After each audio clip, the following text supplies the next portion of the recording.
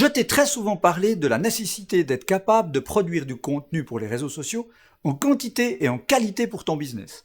C'est capital pour développer tes affaires et que tu puisses avoir du succès. Mais comment faire? Parce que toi, en tant que chef d'entreprise, tu as déjà probablement tellement de choses à faire et si peu de temps. Eh bien, ça tombe super bien parce que j'ai décidé de partager avec toi aujourd'hui mes trucs pour y arriver. Mais avant qu'on se lance, c'est comme d'habitude, bumper!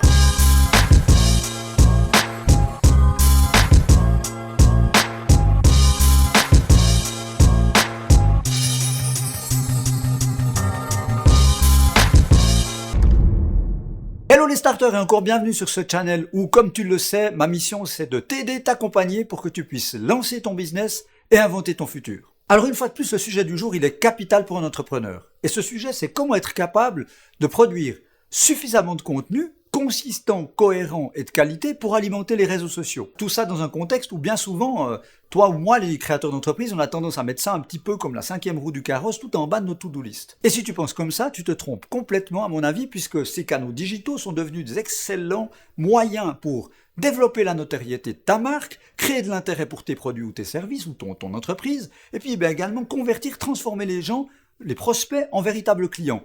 Mais rappelle-toi toujours que la consistance est une des clés. Tout ça dans un contexte où tu as probablement peu de temps. Alors comment faire pour être capable d'être consistant et d'avoir suffisamment de contenu pour alimenter tes réseaux? Alors aujourd'hui, j'ai envie de partager avec toi 3 trucs que je pratique et qui me permettent d'être à la fois consistant et capable de produire du contenu en quantité et en qualité. Alors le premier truc, c'est de planifier, ce qu'on pourrait appeler la pré-production. Parce que comme le dit si bien le proverbe, celui qui ne planifie pas ne fait pas. Parce que si tu penses que tu vas être capable dans la durée de produire du contenu on the fly, le jour même, comme ça, brûle le pourpoint, tu te trompes lourdement.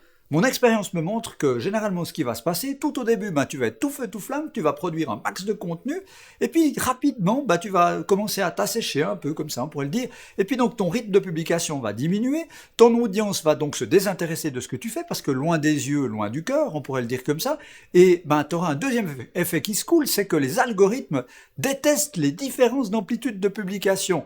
Donc ils auront sur n'importe quelle plateforme de moins en moins tendance à montrer ton contenu, ce qui va renforcer cet effet. Tu vas donc disparaître dans les méandres de l'information. Alors pour planifier, on a tous un peu nos méthodes. Il suffit de trouver un outil ou des outils pour te sortir les choses de la tête et les coucher quelque part pour ensuite pouvoir les exécuter.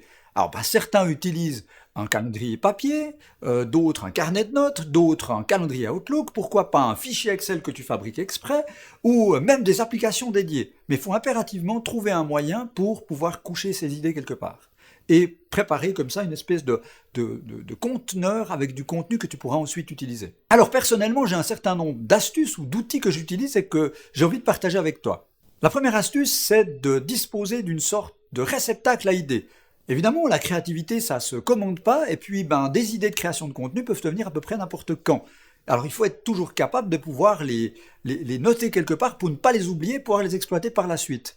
Alors personnellement, ce que j'utilise, c'est Evernote, qui est en fait une application cloud, qui est un carnet de notes virtuel, et j'ai donc créé comme ça des sous-ensembles pour des thématiques notamment de vidéos, et chaque fois que j'ai une idée qui me vient, le matin en me levant, durant mon lunch ou le soir avant de me coucher, je vais dans mes carnets et je note à l'avance ces idées que je pourrais exploiter au moment où j'aurai besoin de créer du contenu. Alors au niveau des outils, ce que j'utilise également, avec mon team aussi, c'est une application qui s'appelle Buffer. Alors Buffer, c'est un applicatif qui peut être gratuit si tu as peu de comptes à gérer, ou alors il y a des abonnements payants si tu as un volume de réseaux sociaux plus grand à devoir manager au travers de cet outil. Et Buffer, c'est un espèce de cylindre dans lequel tu vas, on peut le dire comme ça schématiquement, définir des jours et des heures de publication, et puis ensuite chaque fois que tu vas avoir l'opportunité de créer du contenu ou de trouver du contenu sur Internet, il te suffit d'alimenter en fait ce tonneau, et puis Buffer, un peu à la manière d'un assistant virtuel, il va les publier dans les bons réseaux au bon moment en fonction du pré-calendrier que tu as créé. Donc ça peut être très utile, très pratique pour pouvoir simplement, si tu consommes ou à un moment donné tu as envie de créer un contenu, tu le fais vite fait comme ça, tu le bufferises on pourrait dire, et puis ensuite Buffer, l'application va simplement au moment voulu, selon le rythme, les publier à ta place. On peut également utiliser simplement ce qui existe en natif dans les outils et dans les réseaux sociaux, notamment sur Facebook, comme tu peux le voir dans la petite démonstration que je fais en ce moment, tu vois qu'il est tout à fait possible de se dire, par exemple, le dimanche matin, je prépare tous les contenus que je vais publier la semaine prochaine, avec un outil de planification, de publication de contenu directement à l'intérieur du réseau social en question. Donc ça peut être pratique, comme ça tu les préprogrammes, ils sont prêts à être publiés, l'application les publiera le moment voulu et tu n'as plus besoin d'y penser. Et si tu es également présent sur Instagram, je ne peux que te conseiller d'utiliser une application de type Letter qui va donc te permettre de programmer à la même manière, donc à l'avance des contenus, les planifier. Même idée, hein, tu prends une plage de temps où tu prépares tout ça avec tes hashtags bien choisis, avec ta description de photo bien choisie, tu prépares tout ça. Par exemple, le rythme de publication, tu prépares toute la publication pour la semaine prochaine, ou peut-être même pour le mois qui va venir. Et puis ensuite, tout ça étant programmé dans Letter, tu n'as plus besoin de t'en soucier, l'applicatif ira publier au bon moment, au bon endroit. Donc ça va te permettre donc d'oublier cette tâche et de pouvoir te consacrer à autre chose, tout en ayant une consistance dans ta présence sur Instagram. Mon deuxième truc, c'est d'être toujours prêt à produire du contenu et de prendre un maximum de photos et de vidéos durant toute ta vie d'entrepreneur, tout le temps, et de les sauver dans un répertoire bien classé pour pouvoir disposer d'éléments que tu vas pouvoir travailler pour ta production de contenu. Alors, on a tous et toutes actuellement toujours un smartphone en poche ou à portée de main, eh bien, dégaine-le le plus souvent possible, prends un max de photos, de selfies, de situations, fais des vidéos, et puis conserve ça. Moi, personnellement, j'ai un répertoire Dropbox bien organisé, où je vais, tout au long de ma vie d'entrepreneur, toute la journée, dès que j'ai l'occasion de le faire, ou que je sens l'opportunité, je vais prendre des photos et faire des vidéos qui me sont très utiles par la suite pour pouvoir planifier et produire mon contenu. Je me sépare non plus jamais de ce petit appareil photo, qui est un Canon G7X Mark II, et cet appareil me permet de produire du contenu un peu de meilleure qualité encore que le téléphone portable. Il a un système de stabilisation intégré, et puis il a l'immense avantage, tu sais, d'avoir le fameux flip screen, qui te permet donc de vérifier le cadrage, notamment si tu dois faire un selfie ou faire une vidéo dans laquelle tu parles. Donc ce petit appareil qui coûte quelques centaines de francs est un excellent outil à dégainer en permanence pour pouvoir alimenter ton container à contenu dans lequel tu vas pouvoir puiser par la suite dès que tu as besoin de contenu photo et vidéo pour bien alimenter tes réseaux sociaux. Mon troisième truc, c'est la curation. Je crois que je t'en ai déjà parlé dans une vidéo précédente, mais tu n'es pas obligé d'alimenter les réseaux qu'avec du contenu propre. Tu peux jouer le rôle de filtre à café, de curateur, un peu à la curateur d'un curateur de musée, mais au niveau de l'information. Tu consommes très probablement toi-même déjà de l'information dans ton domaine de prédilection, dans ton métier.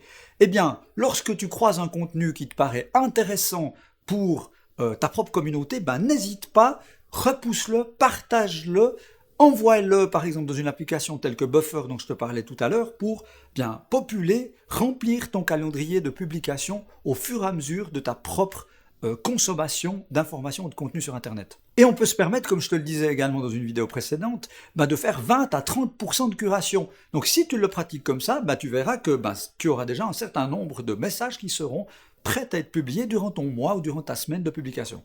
Alors au niveau des astuces pour faire une bonne curation, personnellement j'ai deux choses que j'utilise très souvent. C'est d'une part, je monitore un certain nombre de hashtags sur pas mal de plateformes, Facebook, Instagram, Twitter, où je vais chercher par rapport à mon métier, de temps en temps, je vais faire des filtres et je vois ce qui se dit autour d'un hashtag qui est propre à mon domaine d'activité. Et ça te donne des excellentes pistes ou des sources d'informations pour ta curation. Alors la deuxième astuce, c'est d'utiliser une application de type Feedly. Moi je préfère celui-là, il y a Pocket, il y en a quelques autres, mais Feedly pour moi c'est mon préféré.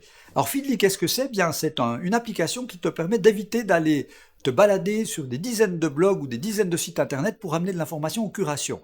Alors comment fonctionne Feedly ? Simplement tu l'alimentes avec l'URL du blog ou des sites que tu veux suivre, et lui il va aller extraire le contenu directement depuis ces sites ou ces blogs et te les présenter à l'intérieur d'une seule et unique interface dans ton Feedly.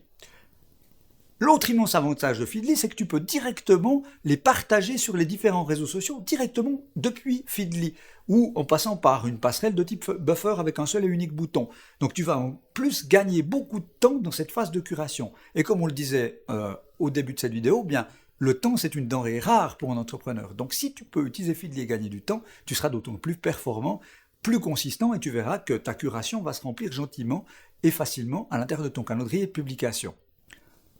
Et puis le dernier point concernant Feedly, c'est que il possède une sorte d'intelligence artificielle embarquée, et plus tu vas l'utiliser, plus il va devenir intelligent, comprendre ce que tu aimes comme type de contenu, en s'inspirant de ce que tu as déjà partagé, et dans sa propre algorithme, il va te proposer d'autant plus d'articles qui ressemblent à ça. Donc plus tu l'utilises, plus il deviendra pertinent. C'est comme si tu avais un rédacteur en chef personnel qui va te présélectionner des contenus qui sont censés t'intéresser. Donc tu vas une fois de plus gagner beaucoup de temps pour alimenter tes réseaux. Alors pour terminer, encore quelques trucs supplémentaires pour essayer d'éviter d'être à court de contenu. Tu sais, quand tu as le phénomène de la page blanche, mais qu'est-ce que je pourrais bien dire, qu'est-ce que je pourrais bien publier? Alors une astuce, c'est de partir de qu'est-ce que tu peux apprendre aux gens, dans le côté éducation. Alors comment peux-tu trouver des sources pour production de contenu en matière éducative? Eh bien, la première, c'est de se dire quelles sont les questions que tes clients ou les gens autour de toi te posent le plus souvent, tu sais, dans l'esprit FAQ. Eh bien, note ces questions, ces concepts, ces idées, ces choses sur lesquelles on t'interroge le plus souvent et imagine des contenus qui peuvent décliner de ceci. Toujours au niveau de l'éducation, une des deuxièmes voies ou une des deuxièmes pistes d'inspiration, eh bien, c'est de poser simplement la question à ton audience. Alors tu peux utiliser par exemple un questionnaire internet ou même à l'intérieur d'un groupe, comme par exemple le groupe Entrepreneurship Mastermind que j'anime. Donc si jamais je te mets le lien en bas dans la description, eh bien tu verras si tu t'y balades que très souvent des starters posent des questions, font des sondages auprès de cette audience pour voir quelles pourraient être des thématiques intéressantes à traiter dans les futurs contenus.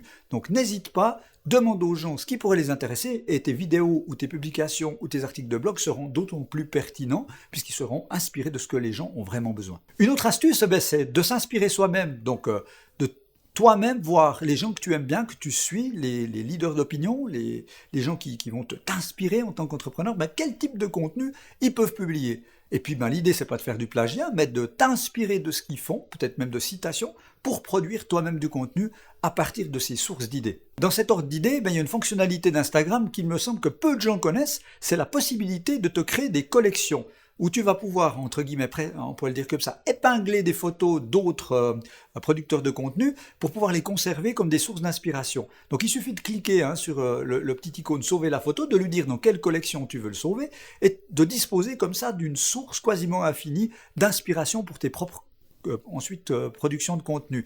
Et comme ces collections ne sont visibles que par toi-même, tu conserves entre guillemets un peu secret, comme ça, tes propres sources d'inspiration. Pour pas tomber en panne de contenu, une troisième astuce, c'est de s'inspirer de la culture ou de l'actualité du moment.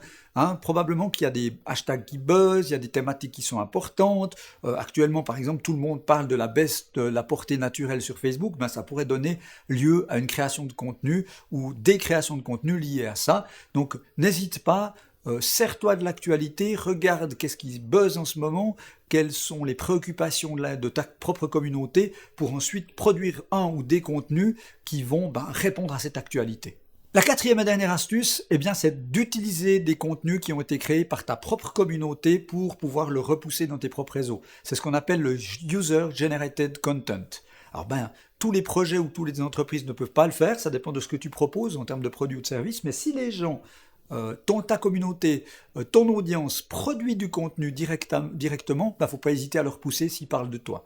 Alors, un des exemples, dans notre cas, on accompagne énormément de créateurs d'entreprises. Chaque fois qu'un créateur d'entreprise, signale sa présence sur les réseaux sociaux en disant « ça y est, j'ai lancé ma page, allez visiter mon site ou autre », pour nous, c'est un moment, on utilise le contenu de ces gens-là, on le met en avant en disant ça y est, il y a un nouveau starter qui a lancé son projet. Ça permet donc non seulement de mettre la lumière sur son propre projet, mais aussi nous d'avoir du contenu qu'on peut relayer et remplir notre calendrier de publication. Alors il y a des marques qui ont été très loin, tu peux par exemple regarder ce que fait Tom Hope, qui est en fait une marque de bracelets pour hommes et femmes un peu hype, comme ça, ils ont construit toute leur communication sur les réseaux sociaux à partir du User Generated Content.